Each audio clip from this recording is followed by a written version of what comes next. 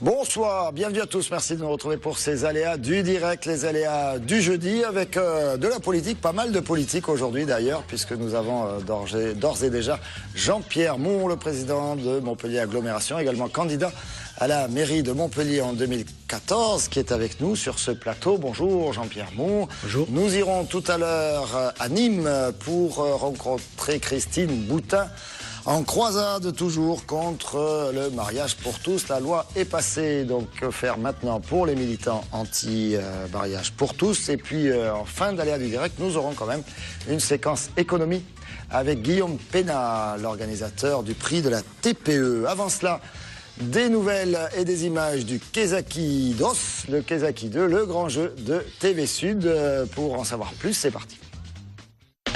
Du 1er avril au 30 juillet, participez au grand jeu le Kezaki 2 avec TV Sud et LCM et gagnez une Opel Adam et plein d'autres lots. Des séjours à Port Aventura, des allers-retours pour la Corse avec la SNCM, des places de concert avec Sud Concert, des chèques cadeaux avec Cœur de Nîmes, des entrées pour l'Impérateur à plein tube et des entrées pour les plus beaux sites touristiques du Gard. Pour jouer, rendez-vous sur www.kezaki2tvsud.com. C'est jusqu'au 30 juillet. Et maintenant, du coup, c'est politique.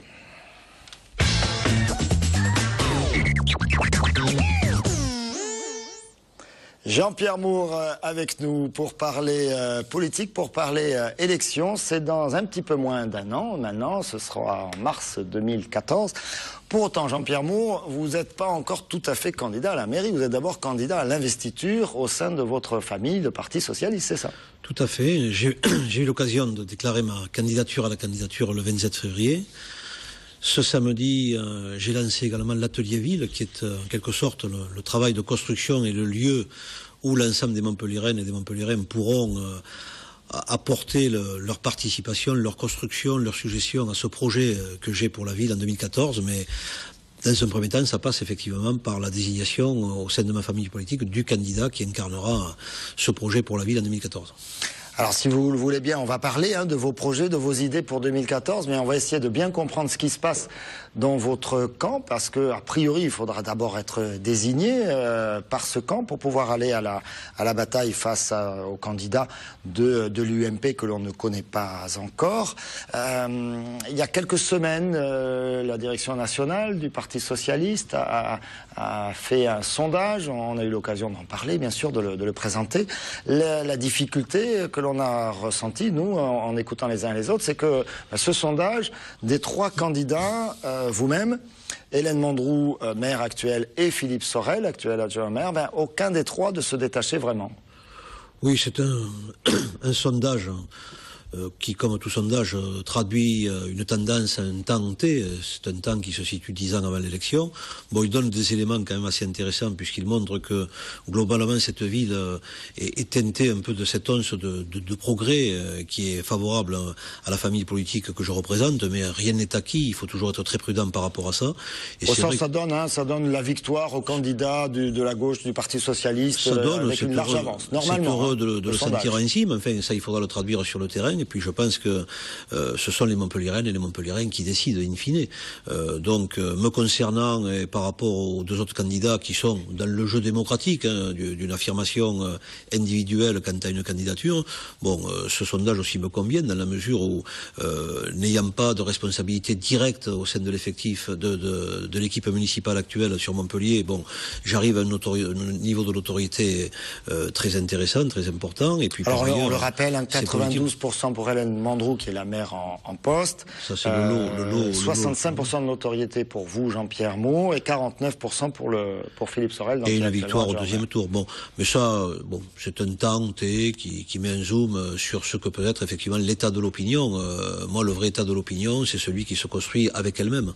Et en ce sens, un projet pour la ville, il passe par beaucoup de rassemblements. Je pense que c'est un mot qui est essentiel à mes yeux. Rassembler la ville, rassembler ses quartiers, pour traduire en quelque sorte l'action du maire que je veux être au quotidien, un maire du quotidien sur les vrais problèmes auxquels sont confrontés les gens chaque jour, en termes d'emploi, en termes de... Jean-Pierre Mour, sans vouloir anticiper, on va venir sur ces aspects-là, qui sont effectivement les aspects évidemment les plus fondamentaux, mais toujours essayer de bien comprendre un peu ce qui se passe au sein du Parti Socialiste. Donc c'est 3 candidats. On a compris que... 4 candidats même, il y a un 4e candidat. Ah, il y a un 4e candidat qui est, ça m'a échappé. Qui est un militant d'une section là, qui se présente. Qui se présente. Comment vous allez faire? Vous allez au bout de la démarche avec des primaires militantes. On continue de parler parfois de primaires citoyennes. On en est où de ça? Vous savez, quel que soit le dispositif ou les modalités, moi je suis prêt, je suis serein par rapport à ce challenge et ce contact direct avec la population et avec les désignations. Je crois qu'il serait logique effectivement que, comme dans toute famille politique, on passe par le premier filtre qui est celui d'une désignation par les militants de la Fédération du Parti Socialiste. Ces militants ont été de par trop privés un peu d'expression de parole sur les temps qui ont correspondu à ce qu'on appelait la tutelle au niveau de la Fédération. Actuellement, la Fédération est en train de complètement se ressourcer, se mettre en ligne de marche. Il y a un travail qui est fait important aussi de validation des nouvelles adhésions, comme dans toute force politique. À partir de là, il me paraît logique que les militants aient le choix de la désignation de leur candidat par rapport à l'élection municipale. Moi, j'y suis prêt, j'y vais serein. Les primaires citoyennes, vous pensez qu'aujourd'hui c'est... Primaires citoyennes, c'est une autre hypothèse. Je ne sais pas si elle sera abandonnée ou pas. Disons qu'a priori, c'était pas le cas de figure retenu dans une ville détenue par notre propre force politique. Bon, ceci dit, c'est un contexte un peu particulier, les municipales, c'est pas comparable aux présidentielles, mais moi je ne suis fermé à rien. Mais par contre, ce qu'il y a de sûr, c'est que j'entends que les militants puissent avoir leur mot à dire par rapport à ça. Alors, on a compris le contexte, 3 candidats, voire 4, il faudra qu'on invite le 4e, avec un début de campagne interne assez rude, les petites phrases volent entre vous, les petites taquineries, voire parfois des déclarations plus impressionnantes. On pense notamment à celle de Philippe Sorel, c'était il y a quelques semaines, il l'a refait d'ailleurs, à propos de son opposition, notamment au sein de l'agglomération dont il est membre, dont il est conseiller. Son opposition à certains de vos choix politiques. On écoute Philippe Sorel. Faut-il se taire? Moi, je ne fais pas partie de ceux qui se taisent. Si, et je répète toujours la même chose, et je vais la répéter encore une fois, lorsqu'il a fallu voter les pleins pouvoirs à Pétain, il y a 3 députés dans l'Hérault, Jules Moch, Vincent Badi, Paul Boulet, qui ont dit non et qui ne se sont pas tus.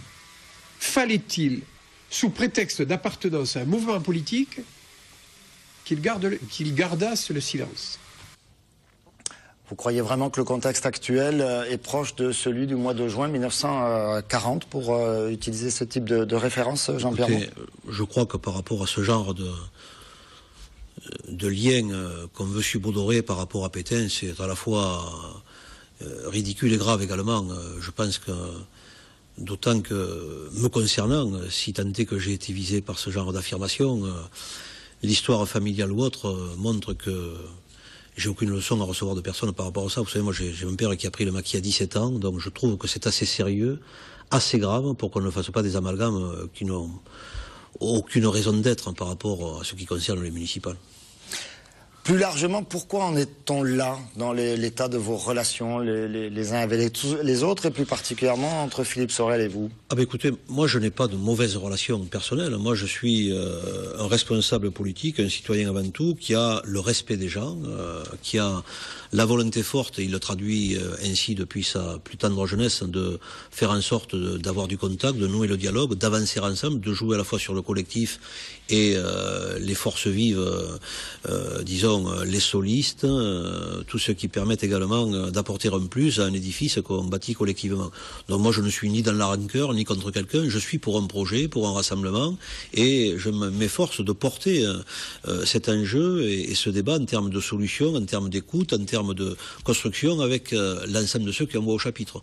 Le reste m'interpelle peu. Moi je suis pas quelqu'un des petites phrases dans les journaux, du bling-bling, du scoop. Je pense que la chose publique, c'est quelque chose de beaucoup de trop sérieux. L'intérêt général, c'est primordial, l'intérêt public également, et le fait de considérer que chacun, dans un territoire urbain, puisqu'il s'agit de l'enjeu municipal, est en situation de pouvoir apporter sa pierre à l'édifice. Donc très peu pour la vindicte, pour tout ce qui est subjectif, surréaliste. Alors j'ai une autre critique qui revient régulièrement, qui semble plus argumenté, hein, si je peux me permettre, de la part de vos opposants. Donc là, on va écouter Max Lévita, qui est un des soutiens de Philippe Sorel, qui vous critique, comme Philippe Sorel l'a fait souvent, sur votre gestion, votre compétence en termes de gestion. Donc, ils ont fait beaucoup de critiques sur votre gestion de Cournonsec, la ville dont vous êtes maire actuellement, mais également sur votre gestion de l'agglo elle-même. On écoute cet exemple avec l'intervention de Max Lévita. Jean-Pierre Moore, il est au pouvoir depuis 2 ans, 2 ans et demi, et qu'il a eu le temps en 2 ans et demi de démontrer son incompétence. Le premier point, ça a été d'abord, historiquement, l'augmentation des impôts de l'agglo. La deuxième erreur que j'impute à Jean-Pierre Moore, c'est la CFE. La dernière erreur sur laquelle je me suis exprimé en conseil d'agglomération, c'est cette campagne ridicule, absurde, qui n'a strictement aucune signification. Je n'ai pas rencontré à ce jour un chef d'entreprise respectable qui couvre cette opération unlimited. Donc on va la passer par pertes et profits. Alors, je ne sais pas si un concurrent de l'UMP serait plus rude et plus dur qu'un de vos amis du Parti Socialiste. Vous réagissez comment à ce type de critique-là? Vous savez, tout ce qui est excessif est insignifiant. Je note que l'interlocuteur qui vient de s'exprimer est quelqu'un qui vote les budgets au niveau de l'agglomération de Montpellier. Je crois pouvoir dire avec suffisamment de certitude que dans le landerneau national des agglomérations ou des intercommunalités, celle de Montpellier est l'une de celles qui est le plus en pointe en termes d'efficacité, en termes de vision. Visiblement, M. Lévita semble aussi mal connaître le monde économique, puisque quand il parle de la marque Unlimited, c'est celle qui vise à dédier quelque chose de très très efficace pour la cause du développement économique. Il y avait 4000 chefs d'entreprise qui étaient là le soir où on l'a lancé. Depuis, nous avons lancé la gouvernance économique qui vise également à muscler ce territoire par rapport à ce qui est primordial, c'est l'emploi, c'est l'activité. Donc je crois qu'on est très très loin de la réalité. Bon, à ce niveau, en quelque sorte, un peu d'intervention ou d'attaque à titre individuel, j'y prête pas du tout attention. C'est tellement, là aussi, exagéré et hors de propos. Alors par contre, nous, observateurs, on peut se demander comment vous allez faire demain pour vous réconcilier, puisque, bon, il faudra bien qu'il y en ait un de désigné, d'une façon ou d'une autre, hein, on l'a dit, quelle que soit la forme des primaires.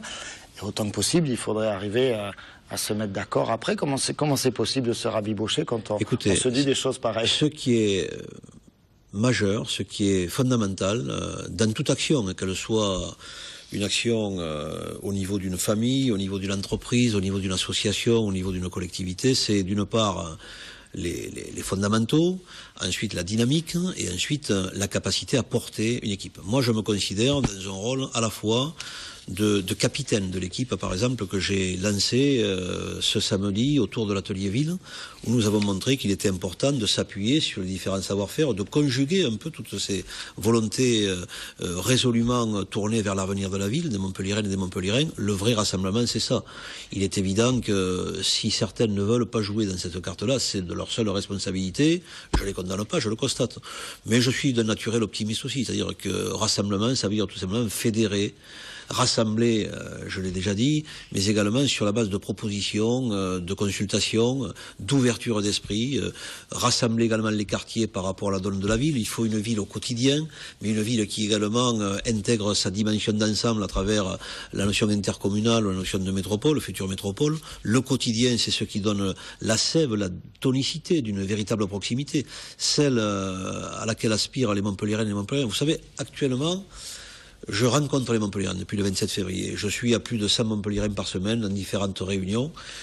C'est impressionnant de voir la richesse de ceux qui remontent du terrain. Et là, ce sont des propositions, des suggestions, des critiques, comment un problème... Vous misez sur une campagne presque interactive, participative, c'est le sens du mot atelier. Tout à fait, avec le fait d'intégrer également le rôle clé que doit jouer la jeunesse dans cette ville. Je suis aussi dans un rôle un peu de passeur de génération par rapport à une ville qui sort du XXe siècle avec une grosse action de dynamisation du Montpellier qui de 77 à aujourd'hui est passé du rang de 22e ville au rang de 8e. Ça, c'est l'action remarquable qu'a menée Georges Frêche. Aujourd'hui, il faut donner un deuxième souffle, mais ce deuxième souffle, il passe par la participation étroite, associée, directe, confiante avec les Montpelliéraines et les Montpelliérains.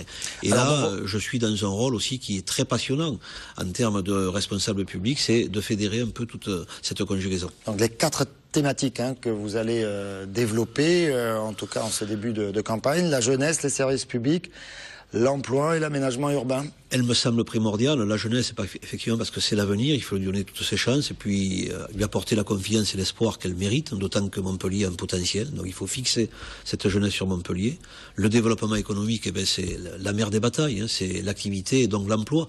Et à ce titre, on a déjà pris des initiatives, j'ai déjà pris des initiatives qui, sur les 5 ans à venir, vont me permettre aussi de capter des investissements importants, mais de les rapprocher en termes de capacité d'offres des milliers de demandes d'emploi qu'on a notamment dans les quartiers populaires.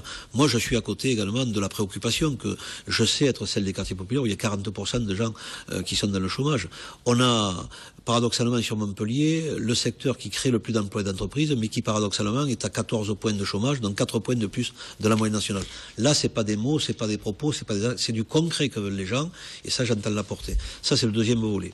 Le troisième, il y a également ce qui concerne l'aménagement urbain, apaisé, de qualité, dans lequel chacun peut... Le rôle que peuvent jouer chacune des personnes. Cette place est essentielle, et la place de Montpellier également dans l'Europe. Donc ça concerne une forme d'apaisement maîtrisé, et puis un autre élément qui est primordial, c'est amener dans la forme moderne qui sont les leurs, les services publics les plus adaptés aux populations. Je prends le cas des crèches. Bon, on a des familles monoparentales de plus en plus importantes en proportion, des jeunes mères de famille, des horaires qui ne sont pas toujours adaptés. Il est important de mettre à jour ce que peut représenter, par exemple, l'accueil de la petite enfance avec des crèches, avec des horaires atypiques adaptés aux préoccupations des parents. Ça me paraît tout à fait... Sur les services publics, votre dernière grande décision au niveau de l'agglo, de la collectivité dont vous avez la responsabilité, avec la volonté de changer l'opérateur sur l'usine Améthyste. C'est un exemple de ce que vous êtes prêt à faire dans l'avenir, c'est-à-dire d'abandonner peut-être certaines délégations de services publics, les reprendre au niveau public. On sait qu'il y a un grand débat, vous menez un grand débat au sein de l'agglo sur la gestion de l'eau notamment. Un débat dans toute la transparence, comme je l'ai dit depuis le début. Samedi, nous tenons un forum de l'eau qui va être un élément important dans la dernière ligne droite avant que les décisions soient prises, mais il va y avoir des éléments pédagogiques, 3 ateliers dans lesquels l'agglo ouvre les portes et ouvre le débat à l'ensemble de ceux qui peuvent apporter un élément intéressant au niveau de l'urbanisme.